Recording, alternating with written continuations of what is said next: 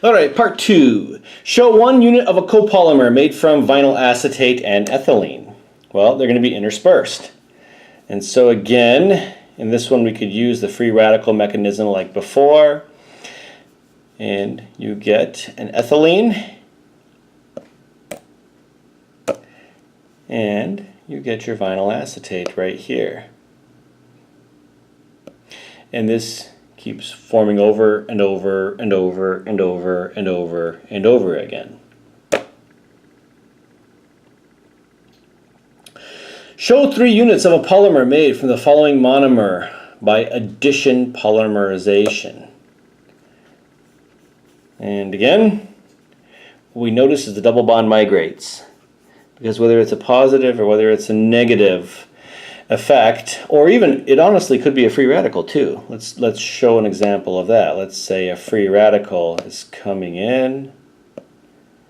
Again, one electron moves here, one electron moves here, then one of these moves here, and one moves here, and you just keep propagating it that way.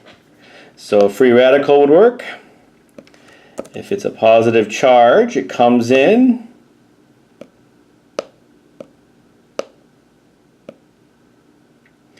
and here these electrons are drawn over here, pushing the positive charge here, and the electrons are then drawn here, pushing the positive charge here. And then that'll happen over and over and over and over again. And again, we can have a negative compound, an anion, catalyze this. Here I have my negative charge. These 2 electrons attack this carbon, kicking these 2 electrons here, kicking these 2 electrons here, and now I have a negative charge on this carbon. And then that will attack the next double bond. And so it can be either free radical, it can be cationic, or it can be anionic catalyzed. All 3 work.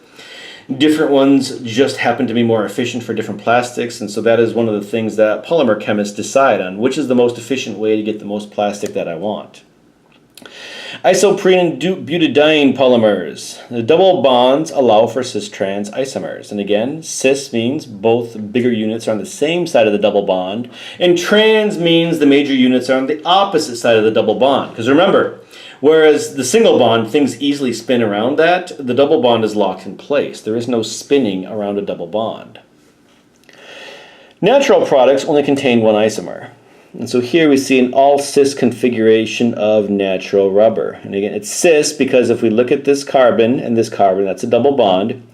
Of these 2 substituents, this is the bigger one. And of these 2 substituents, this is the bigger one. So that is cis. Whereas over here, the bigger one is here, and that's why that's trans. And then here, and that's why that's trans.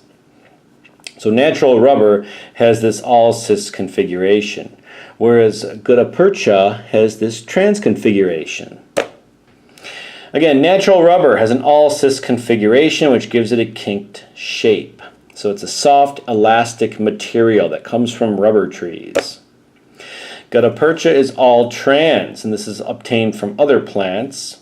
And it gives it a linear shape, and it's tough, it's non-elastic, and it's a horn-like substance. And it can also be synthesized synthetically, as we said earlier. Draw the all-trans configuration of the polymeric fragment shown below. Well, if it's all trans, just got to make sure each double bond, the major units, the biggest units, and then this dash means there's something else attached, so something bigger than a hydrogen, thus making this bigger than the bottom one. And then here you have a hydrogen or you have these carbons. They're bigger. So the 2 bigger ones are trans of the double bond. Again, the 2 big ones are trans of the double bond.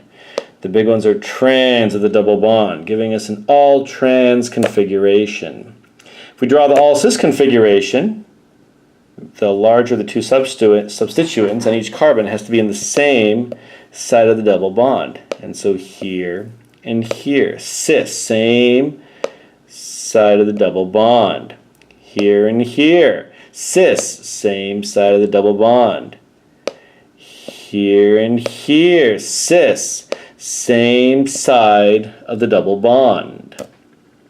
And that is the end of the plastics chapter.